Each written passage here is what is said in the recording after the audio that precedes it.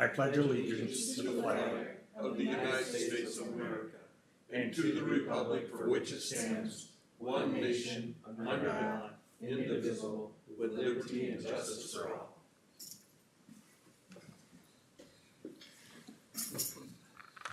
Welcome guests, staff, visitors present with us here this morning. First item, the approval of the agenda. Kathleen, any I have no additions or changes. I'll make commissioners? that motion, Mr. Chair. Motion on the floor by Commissioner Sample approving the agenda. Is there support to that motion? Support, Chair. Commissioner Carney supports. Any discussion? Hearing none, all in favor say aye. Aye. Opposed, same sign. Motion's carried. Agenda is hereby approved. Item D, citizens' public comment. Are there any comments or requests from visitors this morning? Are there any comments or requests from visitors? Last call. Are there any comments or requests from visitors? Hearing none, we'll proceed to the consent agenda. Motion would be in order. Make that motion. Motion on the floor to set effect by Commissioner LaVisca, support. I'll second. That motion is supported by Commissioner Westerland. Any discussion? Hearing no discussion, we'll call the question. All in favor say aye. Aye. Opposed, same sign. Motion's carried. Consent agenda is hereby approved. On to National Agriculture Week.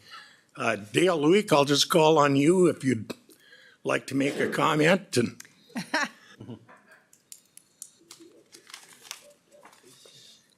Morning, Dale. Good morning, and thank you for entertaining our suggestion. And this is a whole bunch of Farm Bureau and local cattlemen from the Cattlemen's Association. Welcome to you all.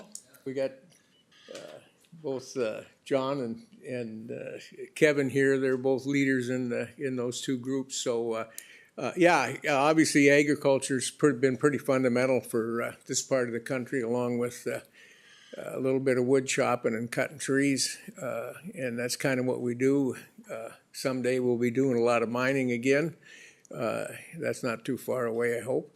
But I just wanted to make sure that folks had an opportunity to get an idea of just how expansive agriculture is. It's still here.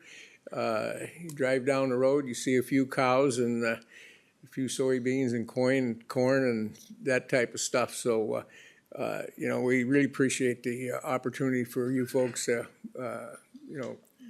handle that proclamation. So with that, leave it up to you guys. Well, and if you just want to stay there for a minute, Dale, Commissioners, we have before us proposed proclamation declaring this National Agricultural Week.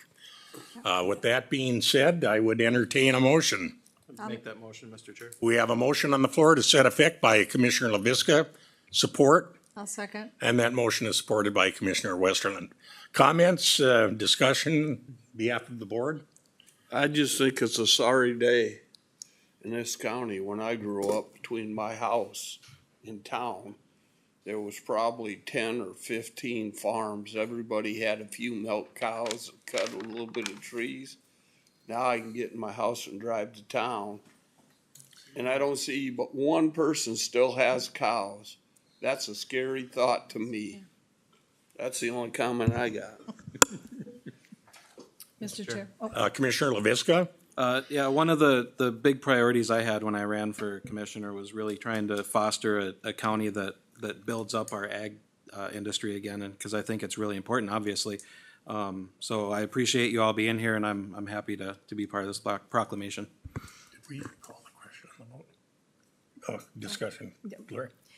So my father-in-law has moved in with us he's been around for the last couple months. He's 93.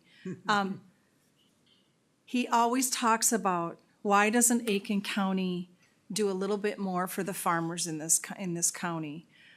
He says there's so much brush that people aren't cutting, and there's so many lost fields, there's so many lost farms. It just really upsets him, and we just say, we're doing the best we can. We only have, my husband and my daughter, and our daughter's probably going to take over the farm someday. It's very difficult for people to farm. It's so expensive. The machinery is expensive. Hiring out, trying to get people to work, just like any other normal job, except people have full-time jobs and farming. So it's really, I'm so glad to see this. This is great, that everybody's trying to participate and trying to get farmers involved, and it's crazy how it's just let go. And I Anyway. comment, Dale, we kind Yeah. of grew up in the same tier. And Kevin, when you and I and your brothers and sisters rode the school bus out in Cedar Brook, how many farms were there? Yeah. About every place was a farm, every stop.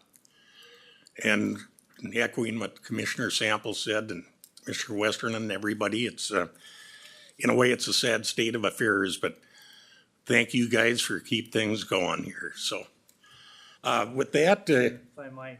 Commissioner Carney, Yeah, many of you know my father-in-law, Galen Tweed, Yeah, no, farmer, his whole life here. He's has since retired. He wanted to send regards. He couldn't make it today, but Dell, he wanted to say hi, a special hi to you. So thank you guys for what you do. is there any further discussion? Yes, sir. I just got a comment. I was glad Could you to just see state your name for the record, please? Terry Neese. Yeah. I was just glad to see the Minnesota flag there. It has a farmer on there plowing, and it was nice to see this current flag in your presence. So I just want Thank to you. comment on that. So Thank you. thank you. Thanks, Terry. Yeah, just in closing from my perspective, one of the most important things that county board, townships, and of course the state legislature can do is when you hear somebody come roaring in and say, we gotta pass another law, we're gonna protect the environment from these doggone farmers, and they won't quite end it with those doggone farmers.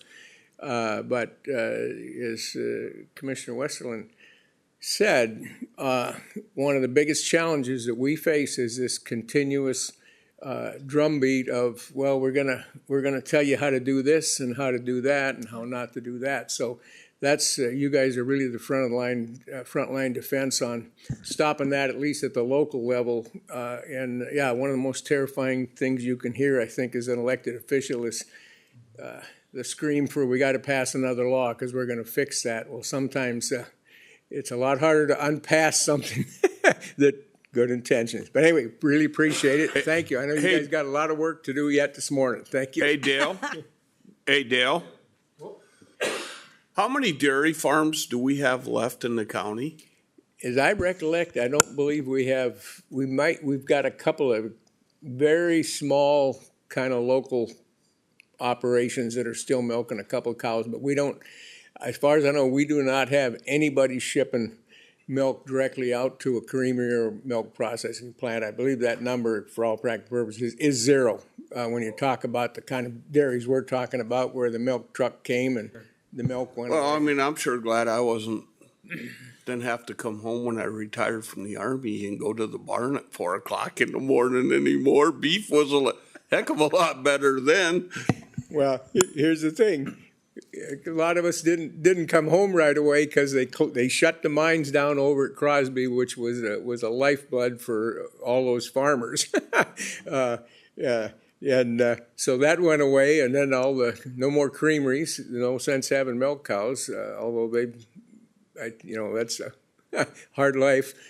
So yeah, but it's still going. Our average size farms are relatively small when you think about Texas and Montana. But we can get away with that because we can put a lot more cows on our acreage and get a return than them boys and girls out in South Dakota and North Dakota. They need many thousands of acres where we just got to make sure we feed them in the winter. Anyway, thank you. Yeah, Dale, hold your stand there for a second. Let's call the question. All in favor of the motion signify by saying aye. Aye. Opposed, same sign. Motion's carried. We have officially proclaimed this National Ag Week. Dale, if you'd like to come up, we have a copy of the Yeah. Let's bring the presentation. presentation up here. We can get Do them we up wanna- there because this is a Yeah. farming is a team effort in this, Right here. in this part Let's of go the down world. here. Come on up. Picture these guys. Always lots of young. Why don't you come right on up here? Oh, you don't want to do it down there? It's so much easier. Dale, that's part of the problem. The youngsters aren't involved Oh, anymore. thank you. Get these young folks up here. Yeah.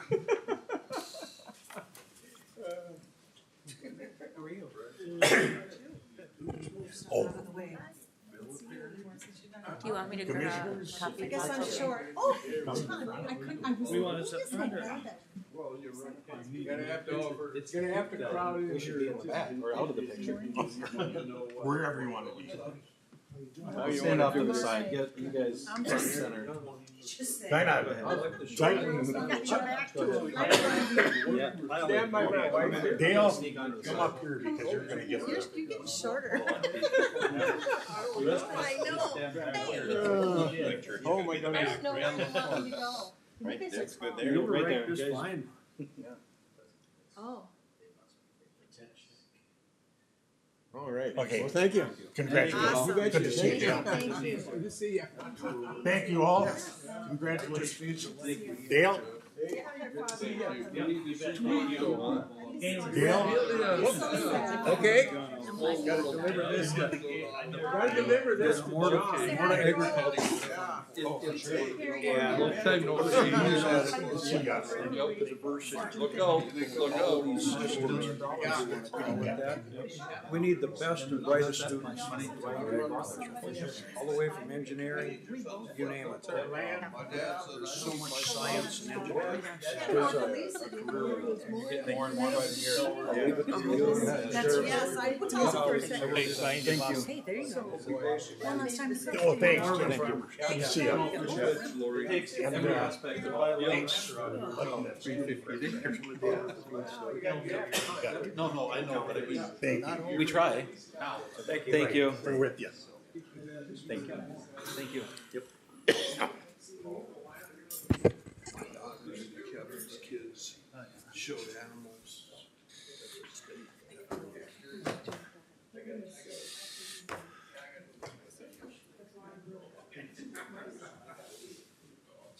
Morning, John. Somewhat commensurate with the National Ag Week is the FFA. I'd like to call on Bob Nickel. Bob, if you'd like to come forward.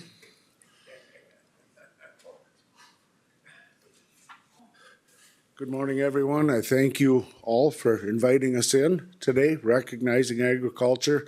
I asked Chairman Weedle if I could just take a couple of seconds of your time. I know you got a lot to do today, but I just wanted to throw a little pitch out for most of us here are members of the FFA alumni.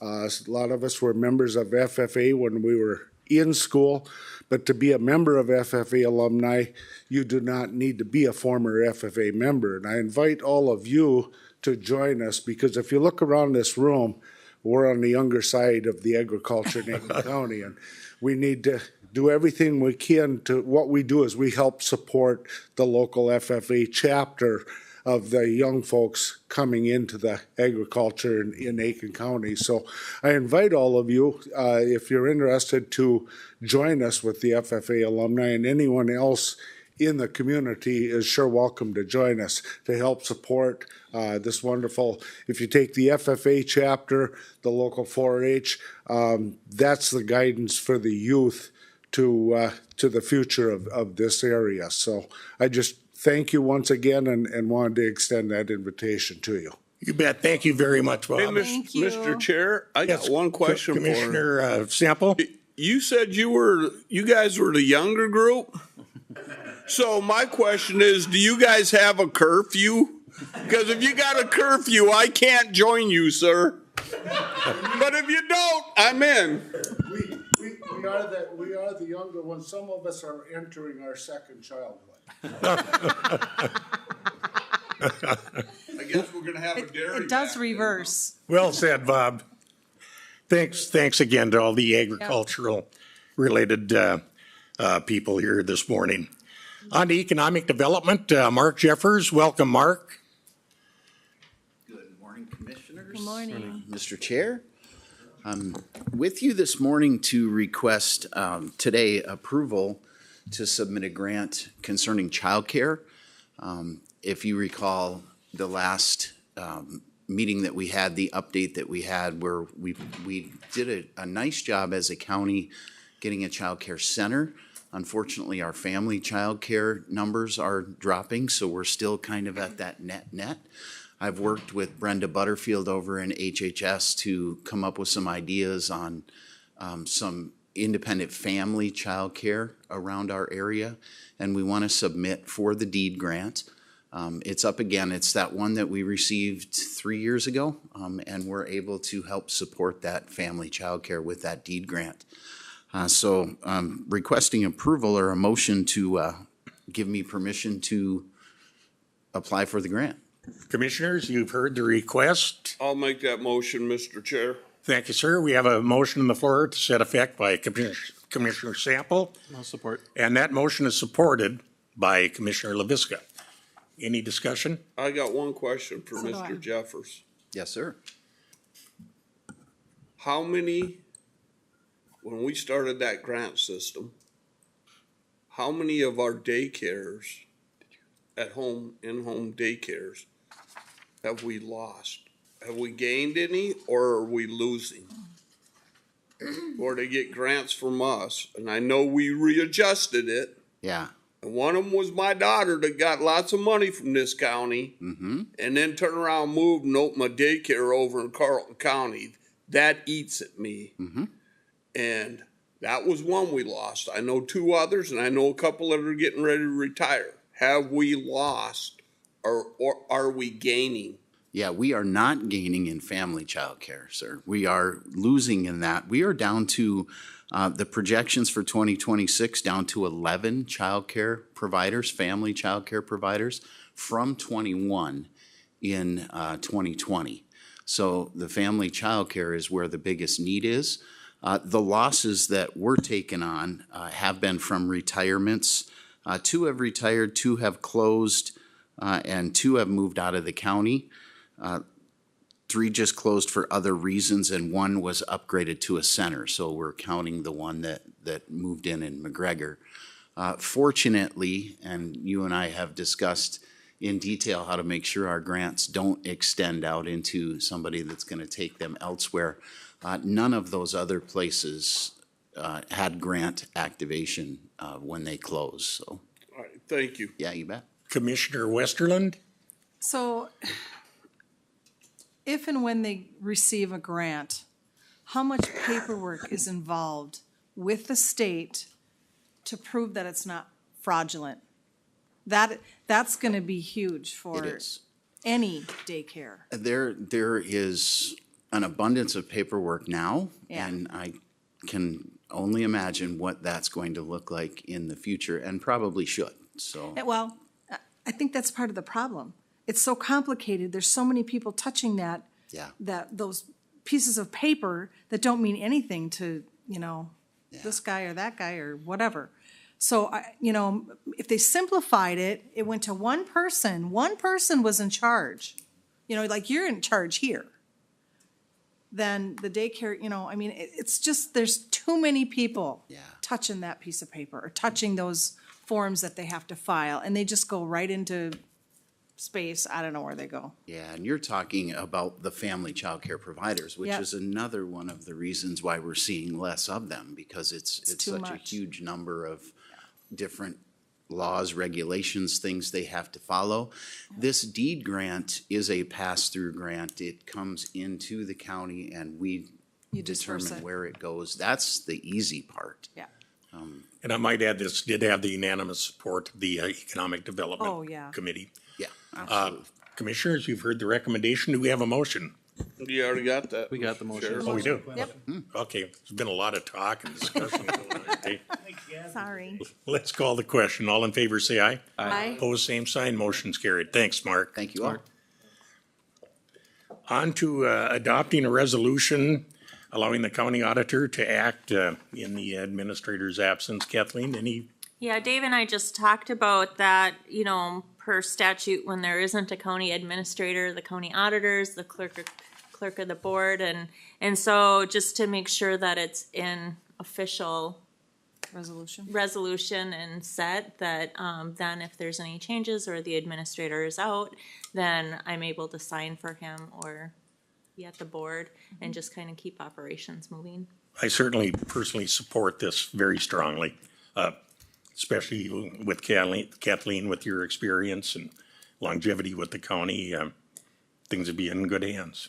I'll Chair, make if a I motion. might, Oh, sorry. I only have one question, is do you think you can handle us and keep us in line? For one meeting? I'm a little worried about that part, but I'm working my best to take it on. Have you went through a background check?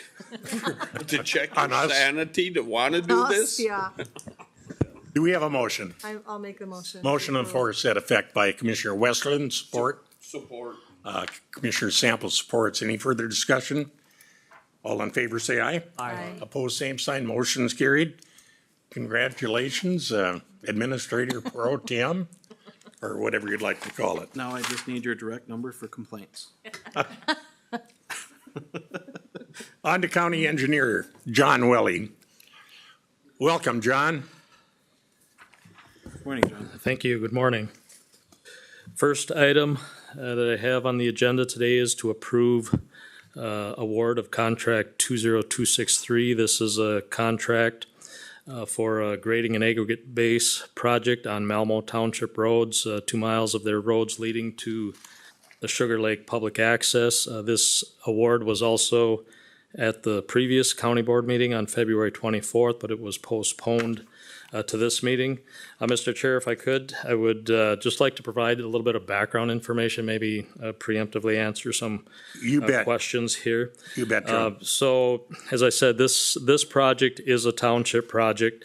In the last 32 years, I guess I can't speak to what happened before then, but in the last 32 years that I've been here, we have always helped townships deliver projects that they initiate, that they go out and get grant funding for. There's a number of different grant programs out there that townships are eligible for. For example, Town Bridge, the Town Bridge program, that provides funding for their township bridges to replace existing bridges or even to build new ones, to enlarge structures that aren't currently bridge structures, but put in a larger structure to make them a bridge structure. Transportation Alternatives, which funds trails and that sort of thing.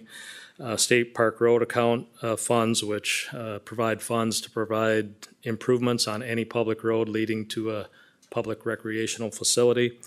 Safe Routes to School grant program, Active Transportation program. These are all grants that are available to townships, and they are free to, apply to these grant programs for improvements on their infrastructure, their roads, their bridges, their trails, their sidewalks, whatever particular infrastructure they're talking about.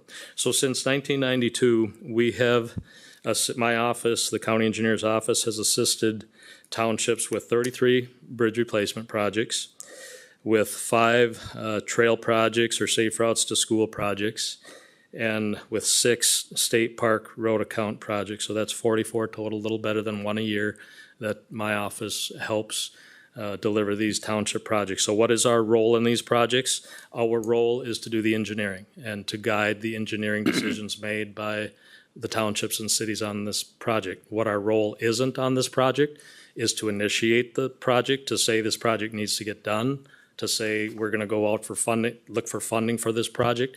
That's all done by the township. Once the township has a project and now has to deliver the project, we have always offered our engineering services to deliver that project. We do that mainly for one reason. We can do it at a lower cost to the township and at a lower cost therefore to their taxpayers than if they were to have to go and hire a private consulting firm. Aitkin County doesn't have any civil engineering consulting firms, so they'd be going to Baxter or St. Cloud or Grand Rapids or Duluth for those services, and I'm pretty sure that the cost of those services through those consultants would be significantly higher than what they are through our office. When we do the engineering on these projects, we do get reimbursed by the townships if it's for a road and bridge project. Some of the other projects, the trail projects and the safe routes to school projects, some of those projects we just provide the engineering without any reimbursement. But we do it for that reason, for like I said, just to lower the cost of the townships delivering these projects, because engineering costs can easily get to be 25% of the construction cost of a project. Typically, when we do the engineering, it's much lower. We always make clear to the townships that they don't have to hire us for engineering. the funds, all of these funds that I mentioned to you, they do have to flow through the county engineer's office just by the grant program rules. So we're going to be involved at least in that regard. But like I said, I do make clear to the townships and the cities that they don't have to hire us to do the engineering, that they can go and get anyone they want to do the engineering. I think pretty much every project every township project, maybe there's an exception or two, but we have done the engineering for them. The townships always want us to do the engineering. So getting back to this project, this will be the 45th township project that we've done in the last 32 years, providing the engineering services for. On May 8th, 2024, the Malmo Town Board signed an engineering service agreement with us, and that agreement, under that agreement, it outlined what we are to do. One of the things that we're to do is it says the township authorizes the county to enter into construction contracts for construction of this project. So that's what I'm here for today. We opened bids on this project 3 weeks ago. The abstract of bids that was enclosed shows that we hit a very good bidding environment. Seven bidders. The low bidder was Casper Construction from Grand Rapids at a total cost of $953,000. That was just slightly under our estimated cost of $955,000. So once again, we are just looking for the motion, not a resolution anymore. We've changed that. We're just asking for a motion that Casper Construction Incorporated be awarded contract 20263 in the amount of $953,000. And the chairperson and the Aitkin County Board and the Aitkin County Administrator are authorized and directed to enter into a contract on behalf of Aitkin County upon presentation of proper contract documents. So asking for that motion. Lori. I will be abstaining from this due to the fact that we are trying to get a hold of Casper because we have sand and gravel that we could sell them. We've also had to move our fence so many feet. So obviously we'll be getting paid for that. So, and again, John, it's just crazy that we're. Abstaining I'm abstaining. from discussion. Okay, thank you. Okay. Minutes will reflect that Commissioner Westerland is abstaining from this. I'll make that motion, Mr. Chair. We have a motion on the floor by Commissioner Sample approving the request. Support. I'll support that. And that motion is supported by Commissioner Carney. Any further discussion? Hearing none, we'll do a roll call vote in this case. Clockwise, Commissioner Carney. Aye. Commissioner Sample. Yes. Commissioner LaVisca. Commissioner Westerland. Abstaining. I will support the motion. That motion carries on a 4-1. The one is an abstention. Motion's carried. Thank you. Next couple items here have to do with funding. Every couple of years, I bring this resolution to you. So we're due to do this again. A little background, Aitkin County receives county state aid highway construction funds through the Highway User Trust Fund on an annual basis. Those construction funds are split into regular construction funds to be spent outside of municipalities within the county, and then municipal construction funds that have to be spent on construction projects within municipalities. That's just all dictated by statutes and rules. Accumulated, also in the rules, it states that accumulated municipal construction account balance in excess of 2 years previous annual apportionment can be transferred to the regular construction account. So most of our needs on our state aid system are outside of the municipalities. We've spent a lot of money over the years on our county state aid highways within the municipalities. They're all, for the most part, in pretty good shape. We do have a few projects programmed in our 5-year program in municipalities. I think the cost of those projects is estimated at $1.13 million. We anticipate getting an additional $800,000 of municipal state aid construction funds over the next 4 years. So that would add to our already current balance of $849,000 of municipal construction account fund balance. So bottom line is we can't spend all of that municipal construction money within municipalities. So would like to transfer, according to the rules, 2 years worth of anything in excess of 2 years of allocation from the municipal account to the regular account. That will result in about $446,000 being transferred to the regular construction account. They do require a resolution to do that. The resolution is enclosed. Commissioners, you've heard the request. Is there a motion? Make that motion, Mr. Chair. Motion on the floor by Commissioner LaVisca, support. Second. Motion supported Commissioner Westerlin. Discussion? Hearing no discussion, we'll call the question. All in favor, say aye. Aye. Opposed, same sign. Motion's carried. Thank you. Thank you. Then the last item, adopt a 2025 budget reserve resolution. Now, if you're thinking you've never seen this before from the Highway Department, that's because you haven't. This is the first time we're doing this budget reserve resolution. That's been done at the request of Administrator Minke. You do recall that for the general funds, you passed a resolution in December, I think, reserving various funds for the various departments. So as I said, I was asked to bring this resolution before the board as well to document a reserve amount from the 2025 budget.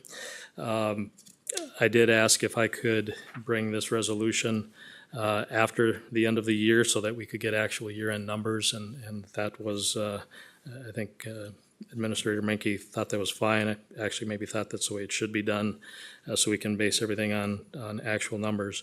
So what I have enclosed is just a resolution asking to reserve $551,711 from the Road and Bridge Fund for fiscal year-end 2025. The way we came up with that number, there's actually two components to that number. One is a negative adjustment, and one would be a reserve adjustment, and one would be kind of the opposite, where we've fronted costs to be reimbursed later. So if I break down those two components, the reserve portion of that, we annually budget around $700,000 of our property tax levy for county road construction. We don't spend exactly that amount every year, so there's obviously a balance that gets carried. Right now, at the end of 2025, we were carrying a large balance there because we had a large county road project on County Road 62 and 71 that we awarded a couple weeks ago. So at year end, we were carrying a balance in that county road construction fund of $1,494,079. At the same time, we also budgeted in last year's budget $110,000 for our Aitkin shop expansion. That's probably one of 4 or 5 years that we'll have to budget that amount to be able to pay the cost of that project. So those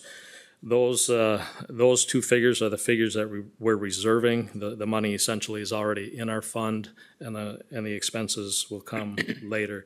On the other side of that, we have a couple of items where we have already made the expenditure for that we will not receive any revenue for until years down the road.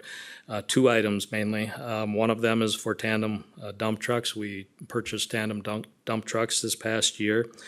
So right now we have spent $464,902 on those dump trucks, and it is actually budgeted in future years, 2026 and 2027. And then if you look at our construction program, our state aid construction program, projects don't just start in the year that they're constructed. We start engineering them 5 years before, and we're buying right of way. We're hiring consultant services. We're making a lot of expenditures on those projects well before the construction happens. So this year, we've got 9 projects that we have spent a total of $587,467 on. We've spent the money. It'll be reimbursed later once we have a construction contract, once we can get those funds reimbursed through the various grant programs. So the negative adjustment, if you will, the reserve adjustment amount of $1,604,079, and then subtracting off the $1,052,369, we come up with a total of $551,711. That's where that number comes from that we're actually reserving. It is a reserve number this year. It's not necessarily always going to be a negative number. Some years could be a positive number. To the best of my knowledge, probably the only place you'll see this number again is on our fund balance sheet later this year after the audit comes in, and we have that adjustment to our fund balance. So that $551,711, as I said, will be a negative adjustment onto our fund balance. Commissioners, you've heard the recommendation is to adopt the proposed resolution. Do we have a motion to set I'll make effect? that motion, Mr. Chair. We have a motion on the floor by Commissioner Sample, support, I'll support. and that motion is supported by Commissioner Carney. Any further discussion? Hearing none, we'll call that question. All in favor, say aye. Aye. Opposition, same sign. Motion carries unanimously. Thank you very much, Thank you very John. much. Thanks, John. John? On to Human Resources, Bobby Danielson. Welcome, Bobby. And good morning. Morning. Good morning, Bobby. How you doing today? Good, good. How are you? Good. Good. Well, good morning, everyone. I have one item before the board today, and it's a Personnel Committee recommendation. It comes to you unanimously from the committee regarding hiring a night patrol sergeant. This is not a new FTE, it's a promotion, so the cost is less. And the reason what's driving this is we have some investigator patrol sergeants, but they're being pulled more towards day shift because of the investigations work that they're doing. And it's leaving gaps in our coverage at night, and then that's resulting in our administration getting calls at night too, and they can't work around the clock. We are looking to promote one licensed peace officer to this new night patrol sergeant position. Our workforce is younger, which is what's really driving this. If you remember, the labor market it is still really tight for hiring licensed peace officers, and that makes, that results in us hiring new students out of college, and they require more training than somebody who has 25, 30 years experience.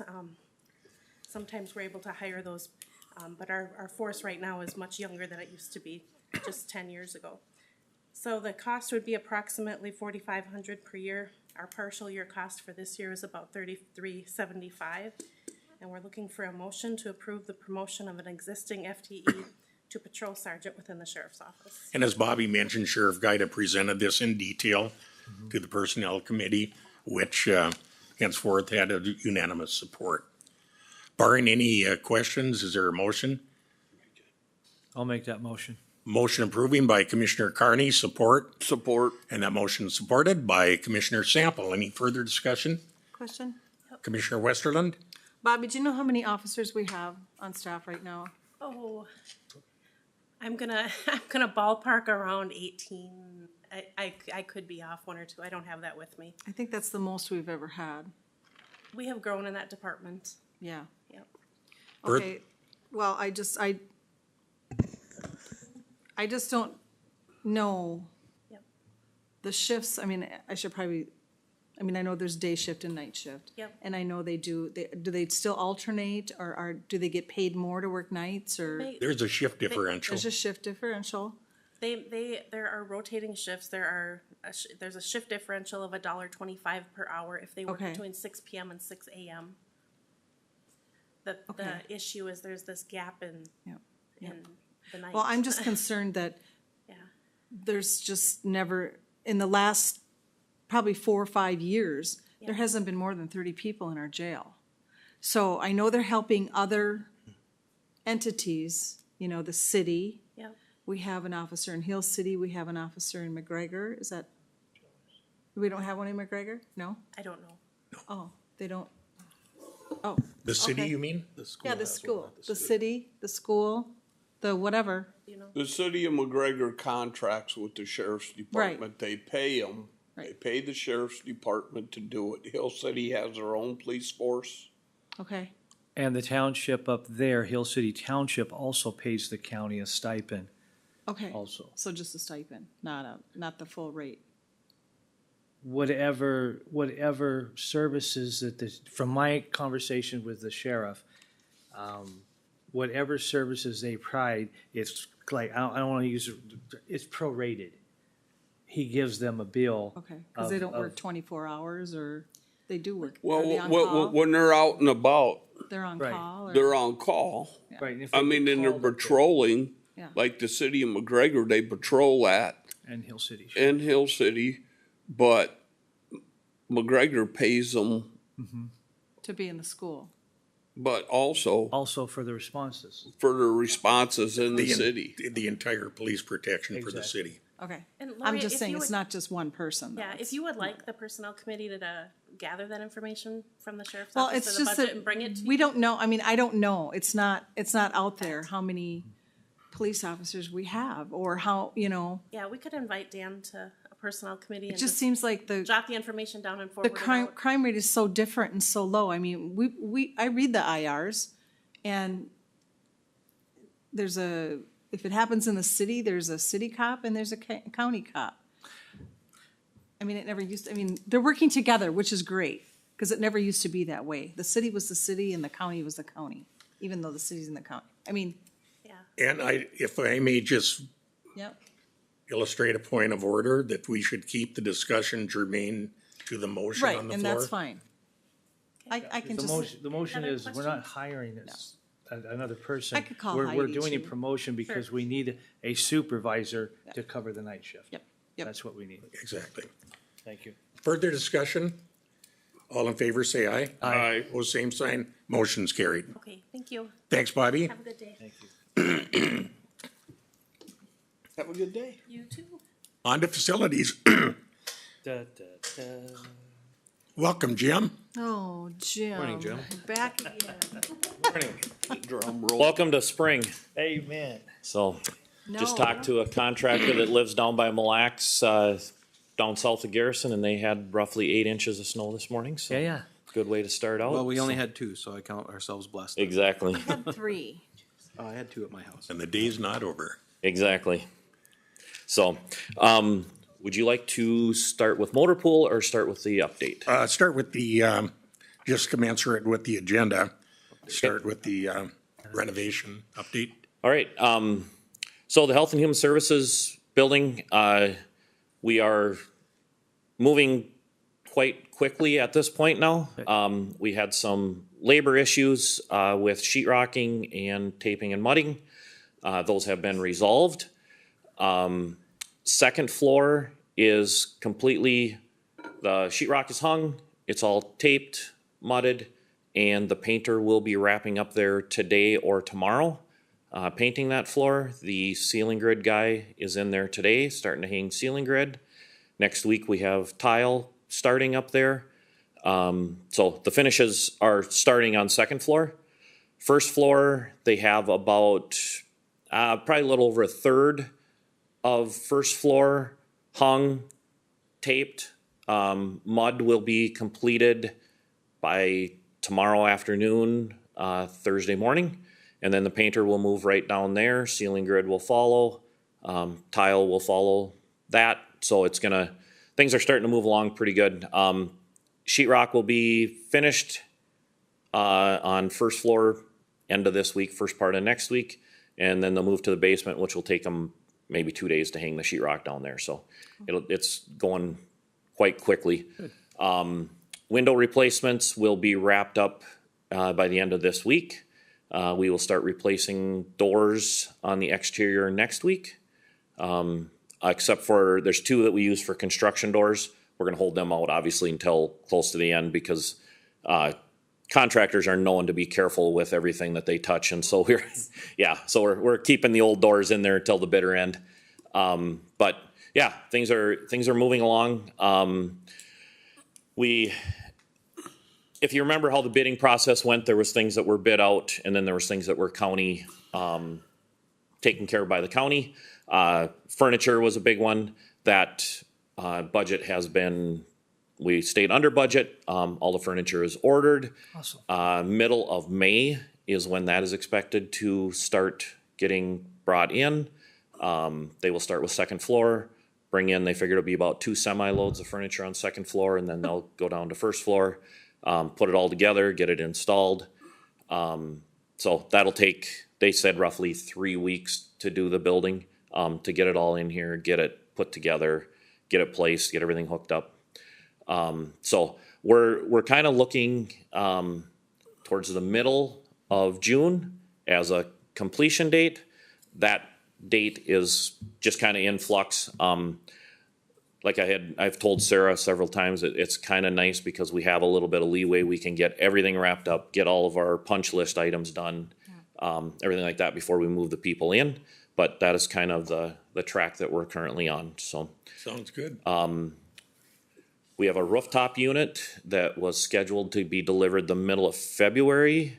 It got pushed off to the middle of March, which is now the end of March. But that was last week we got that update, so we're hoping that they can stick with that. That's a big item. The other item that is starting to concern me, there is an air conditioning compressor that was supposed to be here in March. They got pushed to April. They got pushed to May, which is now June 8th when it is delivered. And the reason that's concerning me so much is Thielen's is doing the heating. They have another job down in the cities with a similar unit that they have been waiting a year for. Oh, yeah. So that's something that we're trying to keep an eye on to see where we're at. And then we will make adjustments accordingly that we need to, so that we're not waiting for an air conditioner so they can move in. We'll figure out other options. Sure. So Jim, commensurate with what you just said, are there any penalty clauses in the contract to compensate for these delays? There is, but I don't know how it affects when it is manufacturer, because it's hard to hold a manufacturer to their feet to the fire. We can hold contractors, but when you get to the manufacturers, it gets really tough. But we'll work every angle we can. I just felt it was a question worth asking. Yes, yep. It's something, it's just been brought up in the last couple of weeks that it's gotten pushed out again. And so I know Contegrity Group is working on, seeing what we can do, where that's at.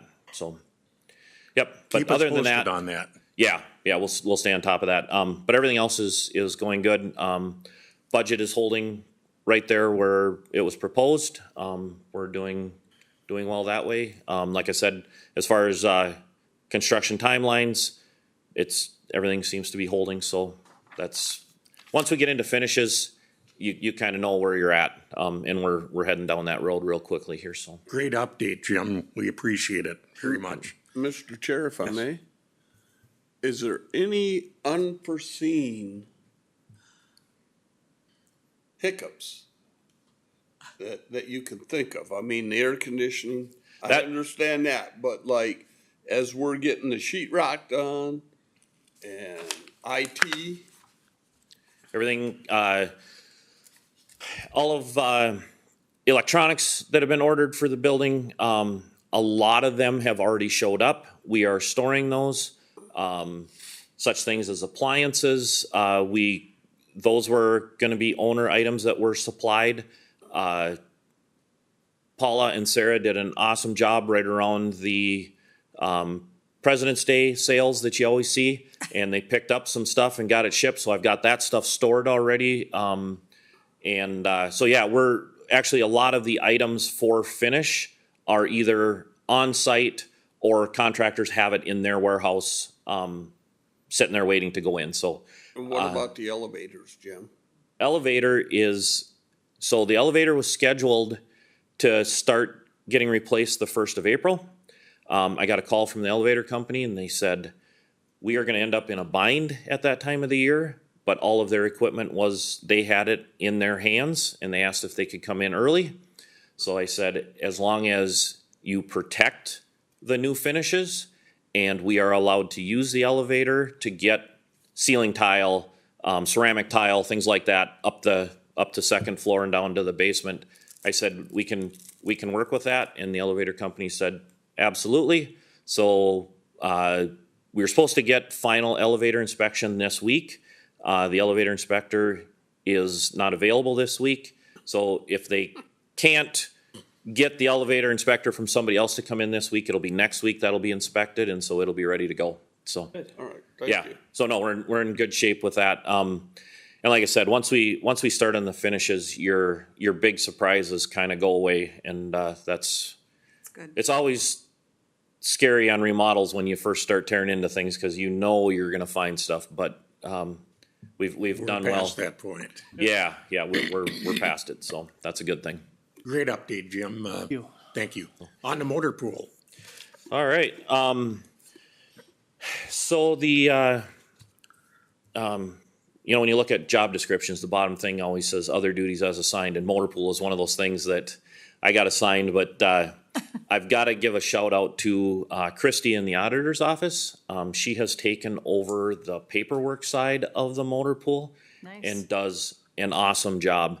So the document that you see in front of you, I can tell you I had very little to do with that other than to look at it and just what I asked for, she went out and got. She did the legwork, and she has been doing that on keeping track of maintenance on these items. She just sends us a list of what needs to be done. Since she has taken it over, it's been a really good thing. She does a great job, so I want to make sure that don't think this was me with all these fancy documents here. So, but we are getting to the point, during COVID, our motor pool use went down to almost zero. We were actually going out and driving the cars. We were running up north of town, going east of town, just so that the tires could get the flat spots off them because they were not getting used. That delayed us replacing some of these vehicles. But we kept putting money away each year for these vehicles. Now over about the last year and a half, the use of the motor pool vehicles has gone up to where it was pre-COVID.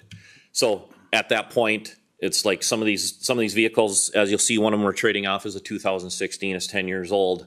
But there was a stretch in there of about 2.5 years where there just wasn't a lot of miles getting put on them, so we didn't see a reason to replace them at that time, knowing that we would have to replace them down the road. So we have 3 vehicles that we are going to replace. There's a 2016 and 2 2017s. These are the highest mileage vehicles we have in the fleet, and they are, like I said, Christy's done a great job of keeping track of the maintenance. These are the 3 vehicles that are starting to cost us the most in maintenance expenses. So we went to Aitkin Motors and we went to Atwater. We took all 3 vehicles to them that we are getting rid of so that we could get estimates on trades. We asked for something comparable with the Equinox and Escapes. So they gave us some quotes back. Atwater came in with the lowest quote after we figured what the new vehicles cost, what trade-ins and incentives came up to. So Atwater came in at $87,033.17, and Aitkin Motors was $89,357.59 for the 3 vehicle replacements.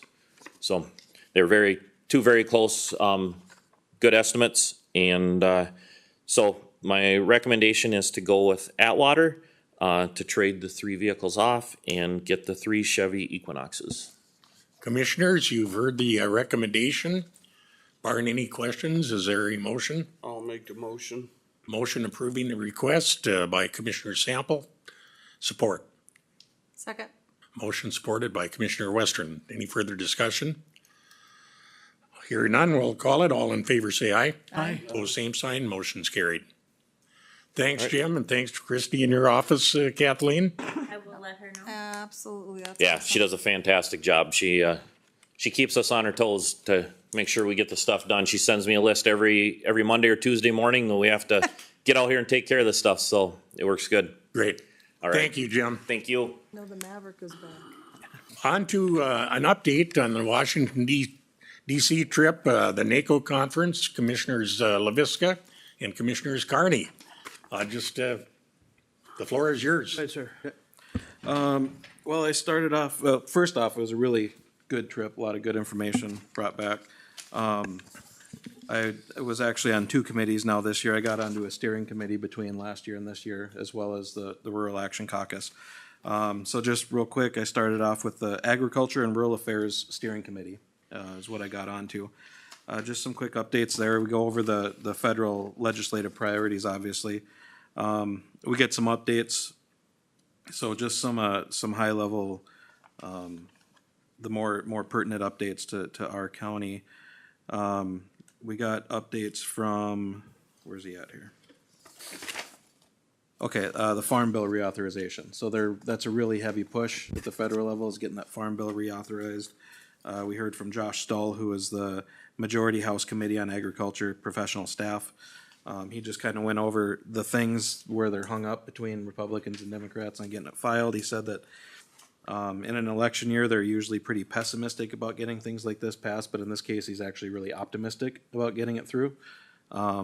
So they're coming up to a lot of agreements, but a big thing for our county, I went out there also to bring up the issue with gray wolves and getting them delisted, so we can work at the state level to get that done.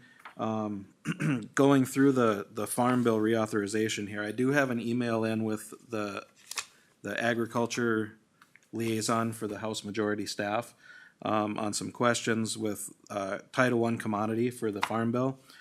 It does have livestock indemnity program, which allows cattlemen to request, compensation for deaths in excess of normal mortality caused by adverse weather or attacks by animals reintroduced into the wild by the federal government.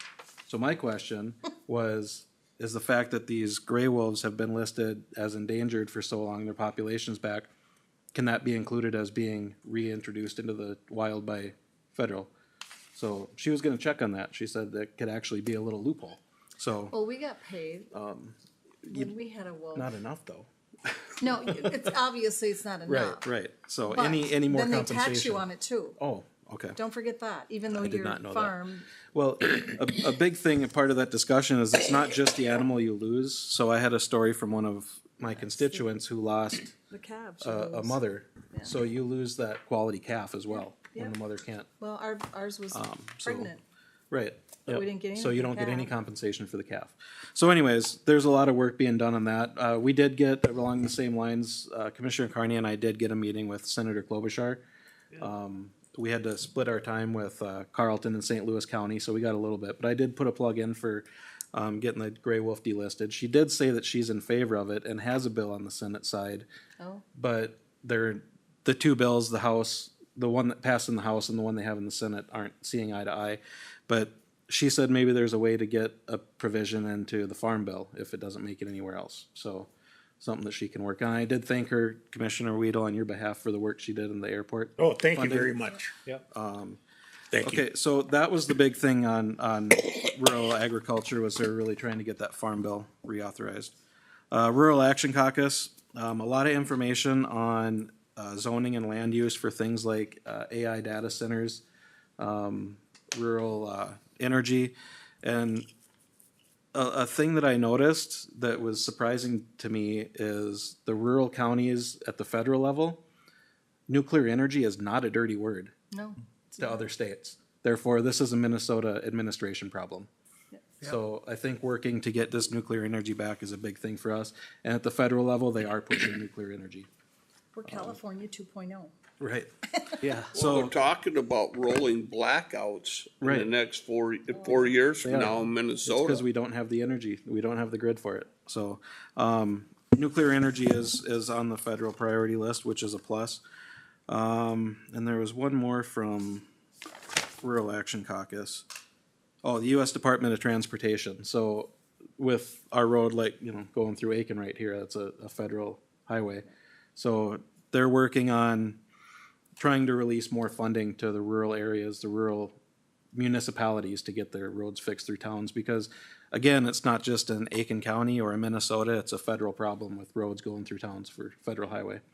So they're doing a lot of good work. I have a lot of information I brought back for different departments. And yeah, those were my big high level things. So, Great. Oh, I never did hear anything back from Senator Smith's office for a meeting, and Representative Stauber was busy during the time frame that State we of the had with the Union. State of the Union that evening. Yep. So that's what I got. Thanks, Commissioner LaVisca. Commissioner Carney? Thank you. I sat on the Health and Human Service Education Policy Steering Committee, dealing with the same issues in health and human services, IT infrastructure, funding to upgrade the systems, SNAP program, how we're going to address it. It has really become a push between AMC and NACO, aligning their priorities so it's not just a state issue for AMC and a national issue for the federal government through NACO. They're aligning allegiance to say, hey, listen, these are the problems that each state is having. And by the way, they're all the same. Go figure, right?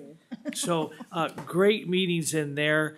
I brought you back your full packet here. Please take it. It covers the SNAP. It covers the health care, all the issues that we're talking about. I did bring each one of the commissioners and administrator back. Thank you. And I have an extra copy if you would like to have that, Ms. Auditor, of the federal priorities, which they do. Like I said, if you breeze through them, they're talking about PILT that we deal with every year.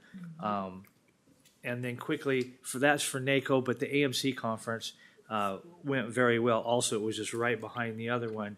So it's been kind of a whirlwind. Same issues were brought up in your Health and Human Services. I said on the transportation, thank you for bringing the NACO. It's the same identical subjects of getting the funding out there to the communities to get the road work done. And oh, by the way, at AMC is please don't forget that rural Minnesota has roads too. We pay Not the highest just gas yes, tax. and not just down in the metro, to where they're doing predominantly a lot of the funding goes. So, two great conferences. Lori, I'll let you talk about your portion of yours. Oh, for the public safety? Yeah, for the AMC conference. Well, public safety, we talked a little bit about the 550-page document that the state did. They took, part of the conversation was, okay, so there's 87 counties, not 88. No, So that was kind of it was just not, it was a very sloppy job that they did. They only had so many counties. It's like, no, you have to include all the counties. They Don't just omitted randomly several. do stuff. For the public safety piece of that, and it was mostly about the corrections, the jail conglomeration, trying to combine jails, 4 counties, 3 counties, whatever. Here, have that. Oh, thank you. Oh, probation, yeah, I'm the probation person.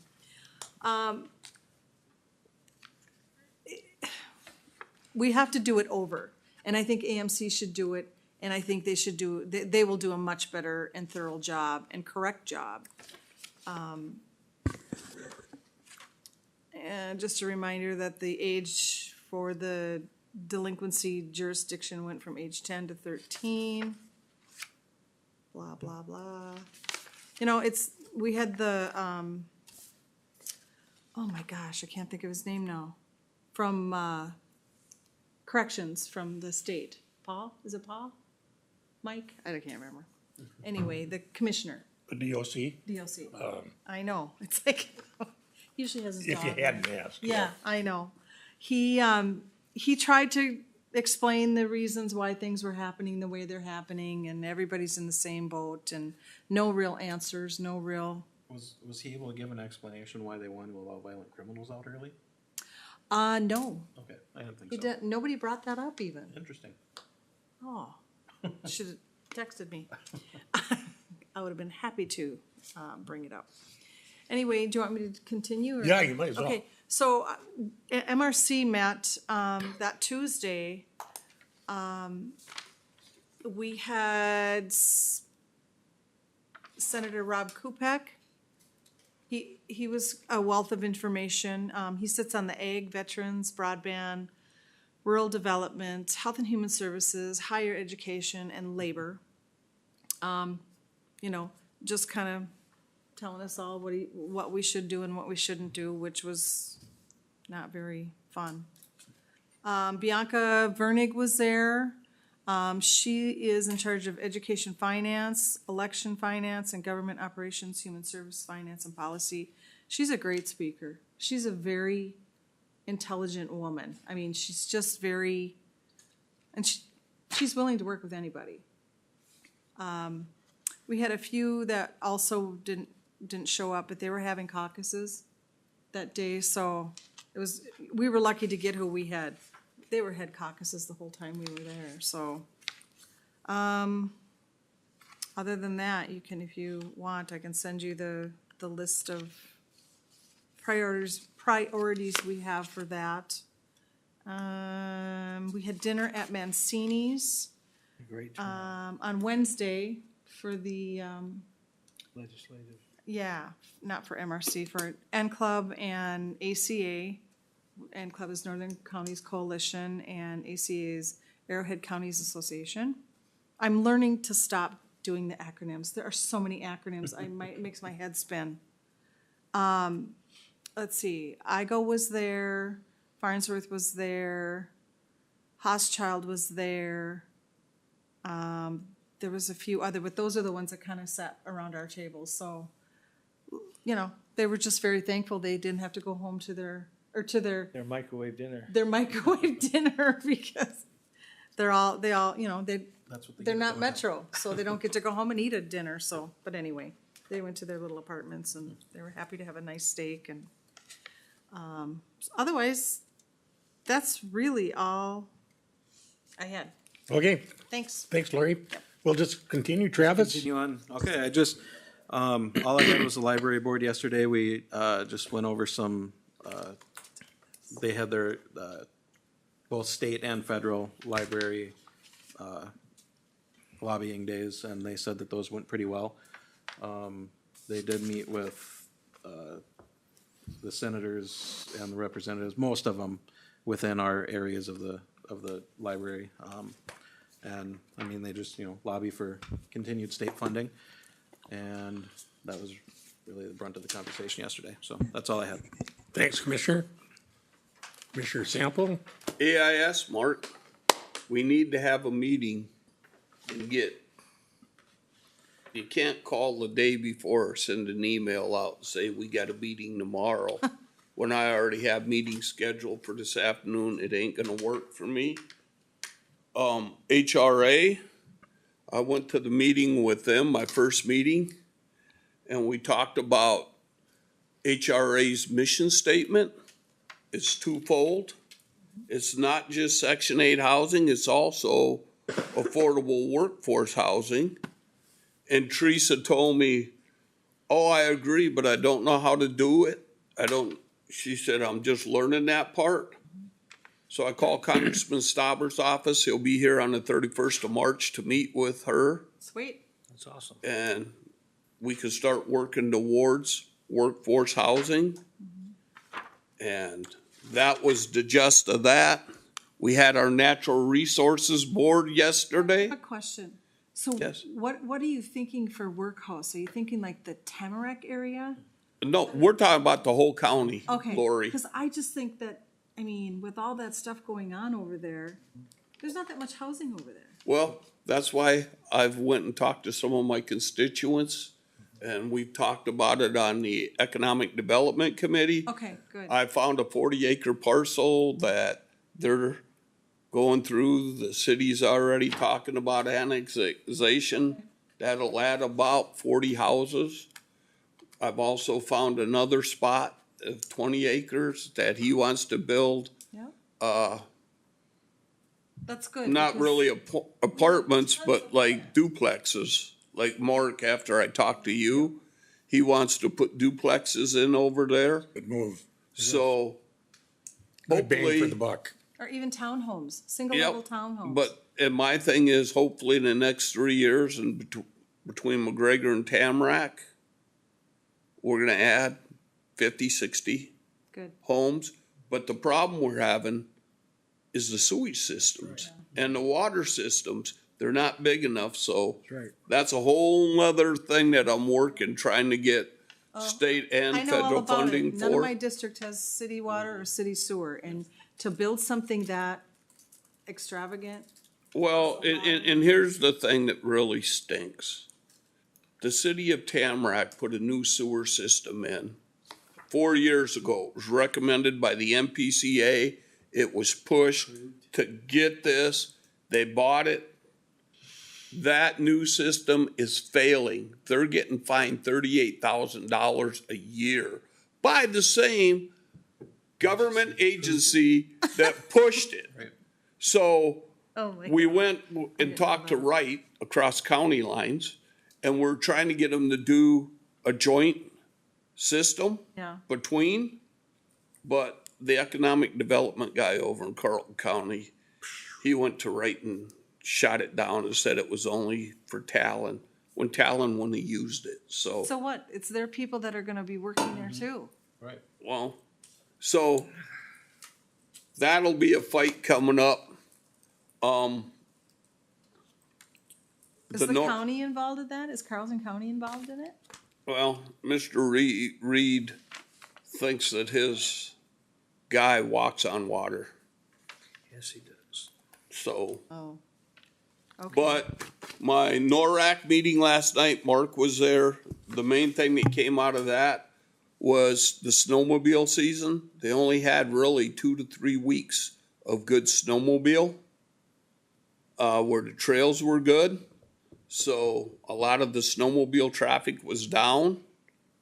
The ATV trails will open up on the 15th of May.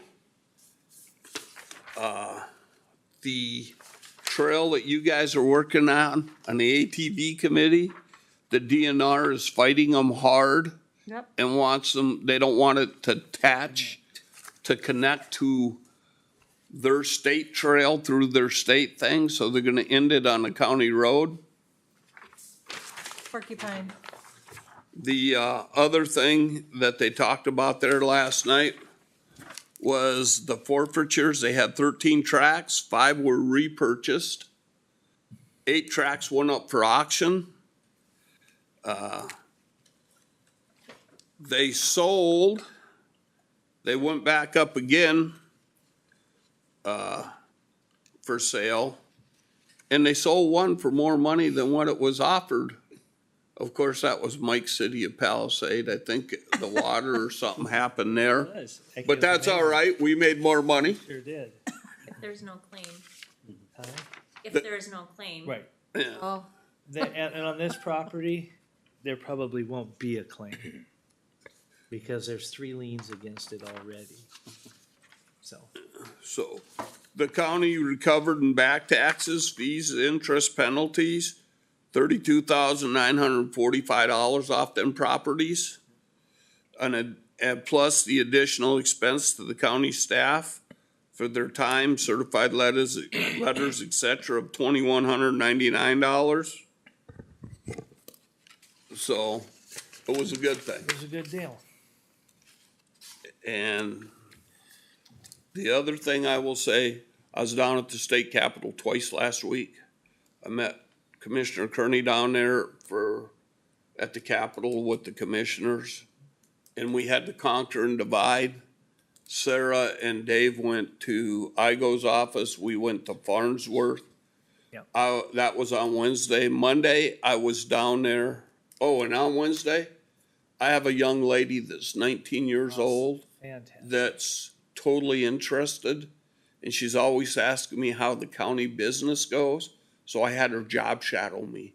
nice. I took her everywhere I went, She was just amazed. and Representative Krista Knutson told her, "Why don't you come job shadow me down here at the Capitol if Sweet. you really want to know how the government works?" We sat in. Or doesn't. We sat in on a couple, I took her to a couple of hearings, and she had an amazing day. And I've had, somebody from the school reach out and say, hey, if we get a good student, would you let them job shadow you again? I said, by all means, I think that's important. Yep. On Monday, the townships had asked me to go down with them for Township Day. We went down and we talked about township and rural EMS. Yeah. We talk about it on the county level. The townships are worried about it. Of course they are. And that was brought up. Taxes and unfunded mandates. I thought that was great. Townships were saying, you guys can't put unfunded mandates on the counties. Because our taxes go up. That's right. You gotta stop it. I thought that was great that now the townships They understand. are down there and they're hearing the same thing. Not the same thing that commissioners are always talking to them about. Townships are telling them, you gotta stop doing this to our counties. The townships are a sleeping Trickle down. giant. That's right. Yes. They have more power than we do, that's for sure. So I thought that was very interesting. Yep. Senator Weisenberg, Senator Farnsworth, Representative Igo, them three said that they were gonna do a letter for Shamrock Township in support of our county board resolution on the Big Sandy thing with the Corps. So that's pretty much my update. Okay, thank you, Commissioner. Commissioner Carney? All right, AUA met. Of course, all my meetings were virtual since I was out in NACO or transferring back and forth. AUA, a lot of resolutions passed to transition funding. Now they receive funding for the Head Start, the senior meals, et cetera. So nothing changed there. How many did you have? What's that? Resolutions. I think it was 17 for funding, but that does all the transportation, the arrowhead, I you know. know, all of that stuff, so. It's a lot. I already briefed the NACO, Mississippi Head Board, Water Board. This time I'll be stepping in as chair for this next year. And then I want to talk about AMC. As the district director for District 1, we had a situation that happened at AMC. The welcome, and Lori knows where I'm going with this. We had an opening welcome, and the speech was presented by a Ramsey County Commissioner, and it became very partisan. I mean, it was very, very, very partisan, calling to all counties to act, to action. This is not what AMC stands for. This is not what AMC's direction is going to be. After, it was a very tense conference this year. It has split the board down the middle.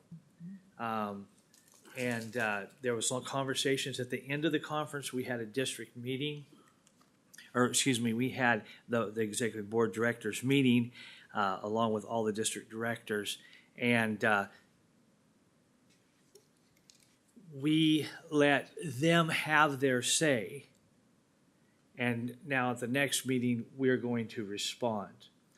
There was conversation in there about this is not, I've written a letter, I won't be at the next meeting, so I have written my letter to be read, that we cannot go down this path. The whole foundation of AMC has been built that we are nonpartisan. We are for county business, and that's the beauty of it, why we can get things done. We understand, and I have empathy for the things that are going down in the metro area, but that is something for them to deal with. It's all about Not choice. counties in the rural communities. We deal with it our way. We chose to cooperate. Therefore, we have a different view and a different perspective. But at any point in time, I just want to make it very clear that AMC's stance is we are not going to become a partisan Nope. lobbying, we're not a lobbying union, but a platform. We're just not gonna do it, so. We Um, represent our whole county. Exactly. We Doesn't represent matter all the what people. side they're Exactly. on, what, Without passion and without prejudice. exactly. So there, in the next coming months, you're probably gonna hear talk, and you're gonna probably hear division, to where we have to take the stand. And believe it or not, there's more rural county commissioners than there are metro county commissioners. Yep. So, There are. we do, we have the pull and the say in this, so, and it is And gonna we be. show up. Right, and they have. It is becoming more predominant. We had a great turnout at the NACO conference with Minnesota. Being out there, it was noticed, and it's appreciated, you know. So, Commissioner I just Carney. wanted to get that out so before, because you guys are going to hear conversations with your other county commissioners. Yeah, so, but it is being handled, and it will be handled. We're not gonna go down that path. Yeah. Thank you, Chair. That certain Ramsey County commissioner tried to bring that to NACO as well, Yes. and that got shot down out there also. And it's, you know, I had the question, well, why aren't they operating in places like St. Cloud? I said they have been, but there's been cooperation, so you don't hear about it. That's right. So it's all what it comes down to. Metro versus rural lends credence to the establishment of an electoral college Yes, sir. in the state of Minnesota. Nice. That's my report.